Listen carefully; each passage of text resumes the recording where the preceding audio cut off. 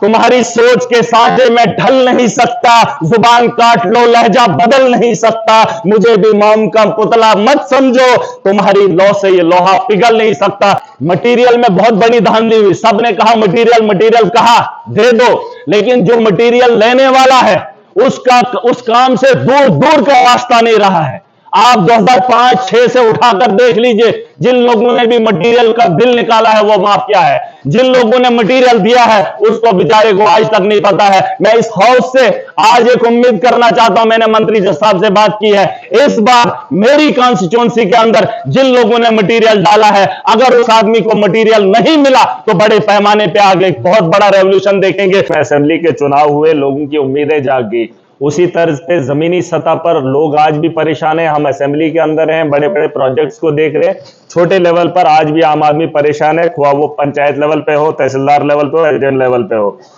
Election जब जितना जल्द हो सके किए जाए, और सर कुछ पंचायतें बहुत बड़ी है, उनका भी ख्याल किया जाए, डिलिमिटेशन करने के फौरन बाद जो है चुनाव जल्द से जल्द कराने जाने चाहिए। Sir agriculture, animal, sheep, horticulture को लेकर बहुत सारे लोगों ने बातें की, कश्मीर के अंदर हॉर्टिकल्चर है, एग्रीकल्चर है, यहाँ पर भी बहुत अच्छा स्कोप है, लेकिन चिनाब वैली के अंदर मैं सर बताना चाहूंगा खुद से ही लोग कर रहे हैं ना, वहां किसी भी एक डिपार्टमेंट का कोई फायदा है हमें, क्योंकि ना मैंने हॉर्टिकल्चर में कोई बदलाव देखा, जो पेड़ बुजुर्गों ने लगाया था उसी पेड़ के तर्ज पे आगे भी पेड़ लगे हैं, कोई नई टेक्नोलॉजी लेकर नहीं आए, जो पुराने माल मवेशी थे वही माल मवेशी आज भी डोरे, जो 1 किलो दूध देता था उसके साथ पूरा साल लगा रहा है, पूरा अपना वक्त गुजार रहा है। इन लोगों ने कोई भी उसमें रिफॉर्म नहीं लाया। सर शिप वही पुराने ही हैं, भेड़ बकरियां वही पुराने तर्ज के हैं, नया कुछ भी नहीं। मैं चाहता हूं वहां से डिपार्टमेंट उठाकर लाए जाए, जहां पर इनको लगता है कि काम हो रहा है उन्हीं इलाकों में इन्हें दर्ज करवाया जाए, हमारे यहाँ जरूरत नहीं। सर एक चीज मैं बताना चाहूंगा हॉर्टिकल्चर एग्रीकल्चर के रिलेटेड, हमारे यहाँ मक्खियों को आज भी बोया जाता है, जमीनों की जमीनें वहां पर लगाने का काम करते हैं। सर न मक्की पकाने वाला है कोई और न खाने वाला है और न उसमें इजाफा है। तो मैं अपनी आवाम से मैं चाहता हूं हाउस भी अगर थोड़ा कोऑपरेट करे, मैं भी चाहूंगा कि उसके अलावा उस जमीन से क्या उगाया जा सकता है, कास्ट के लोग और यहाँ के हॉर्टिकल्चर के लोग, एग्रीकल्चर के लोग अगर मिक्सअप करके कहीं पे बात करते हैं, कहीं खोज करते हैं और उस जमीन में ये पता लगाए कि उस जमीन पे क्या बेहतर उगाया जा सकता है, जिससे रोजगार भी कमाने के लिए हमारे पास रोजगार भी बने और उस जमीन को भी आबाद किया जाए। उसके अलावा सर एक मेन मुद्दा है आरडीडी का, इस पे मुनासिर है हमारा, 4 जो हमने बताए उस पे हमारे को कोई फायदा नहीं, लेकिन आरडीडी का डिपार्टमेंट है जिससे हमारे लोगों को उम्मीद रहती है। सर जॉब कार्ड को लेकर एक बहुत बड़ी चर्चा होती है। सर स्पीकर सर इस पे थोड़ा ध्यान दीजिए, बस मैं बात ही खत्म करूंगा। सर एक बड़ा मामला बनाया जाता है कि जॉब कार्ड होल्डर काम नहीं करता है, 100 दिन काम नहीं करता है, जियो टैग नहीं होता है। सर मैं चाहता हूं इसमें थोड़ा सा रिफॉर्म अगर लाया जाए, मंत्री जी अगर मेरी बात सुनेंगे,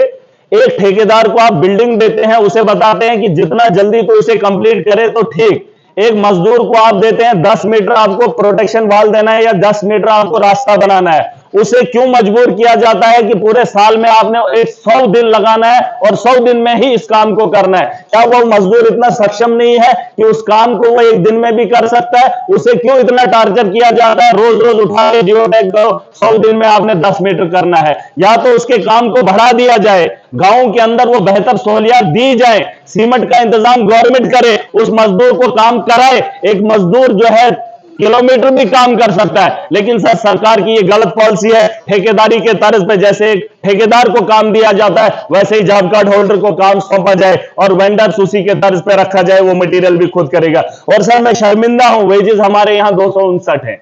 मैं देख रहा था कर्नाटका के अंदर 349 है, हरियाणा के अंदर 374 है, आंध्रा के अंदर 300 है, गोवा में 356 है, केरला में 344 है। तो मेरे जम्मू कश्मीर के अंदर खास करके मैं जब अपने इलाकों को देखता हूं जो रोजगार पर मुनासिर है, आज आम मजदूर भी किसी घर का काम करता है 600 रुपया लेता है, तो वेजेस को बढ़ाया जाना चाहिए ताकि हमारे लोगों को रोजगार मिले। और सर एक मैन इसमें एक मेरी एक तजवीज है, मैं चाहता हूं कि मनरेगा एक जॉब कार्ड की स्कीम देता है हर उस जवान को, हर उस बेरोजगार को जिसकी उम्र 18 साल है। सर हमारे पास नौजवान है, पीएचडी करके हैं, एमए करके हैं, एमफिल करके हैं। मैं एक छोटा सा सुझाव देना चाहता हूं, वो ऐसे भी घर में पड़ा है, नशा ले रहा है, ना वो घर का काम कर पा रहा है, ना जमींदारी कर पा रहा है। मैं चाहता हूं सरकार को एक सुझाव है, डिपार्टमेंट्स के अंदर पोस्टें खाली हैं, अगर उसी पैसे से उस नौजवान को यह कहा जाए जो उसके अहल है, आप उससे जबरदस्ती गाय या माल मवेशी का काम मत करवाइए। जिसके एजुकेशन जिसने हासिल किया, अपना वक्त दिया है एक टीचर बनने के लिए, उसके सपने को ना तोड़िए। उसे 20,000 ही साल में अगर दिया जाए और उसको उसमें वो काम करने दिया जाए, उस स्कूल में उसकी पोस्ट को फिल किया जाए, मनरेगा के तहत रोजगार भी दिया जा सकता है और उसका मुस्तकबिल भी बेहतर हो सकता है, उसका जो सपना है वो भी आगे बढ़ेगा। सर वो आपसे पैसा नहीं मांगेगा, वो सिर्फ अपना जो है वजूद देना चाहता है, अपना वक्त देना चाहता है। सर मैं बात खत्म कर रहा हूं, मैं चाहता हूं सर एक बात, मटेरियल में बहुत बड़ी धांधली हुई, सबने कहा मटेरियल कहा दे दो, लेकिन जो मटेरियल लेने वाला है उस काम से दूर दूर का रास्ता नहीं रहा है। आप 2005-6 से उठाकर देख लीजिए, जिन लोगों ने भी मटेरियल का बिल निकाला है वो माफिया है, जिन लोगों ने मटेरियल दिया है उसको बेचारे को आज तक नहीं पता है। मैं इस हाउस से आज एक उम्मीद करना चाहता हूं, मैंने मंत्री साहब से बात की है, इस बार मेरी कॉन्स्टिट्यूंसी के अंदर जिन लोगों ने मटेरियल डाला है, अगर उस आदमी को मटेरियल नहीं मिला तो बड़े पैमाने पे आगे बहुत बड़ा रेवोल्यूशन देखेंगे। मैं सर बात खत्म कर रहा हूं, इस शहर के साथ तुम्हारी सोच के सांचे में ढल नहीं सकता, जुबान काट लो लहजा बदल नहीं सकता, मुझे भी मोम का पुतला मत समझो, तुम्हारी लौ से ये लोहा पिघल नहीं सकता। मैं उम्मीद करता हूं जो हाउस के अंदर बात करता हूं उस पर तवज्जो दी जाए। Thank you.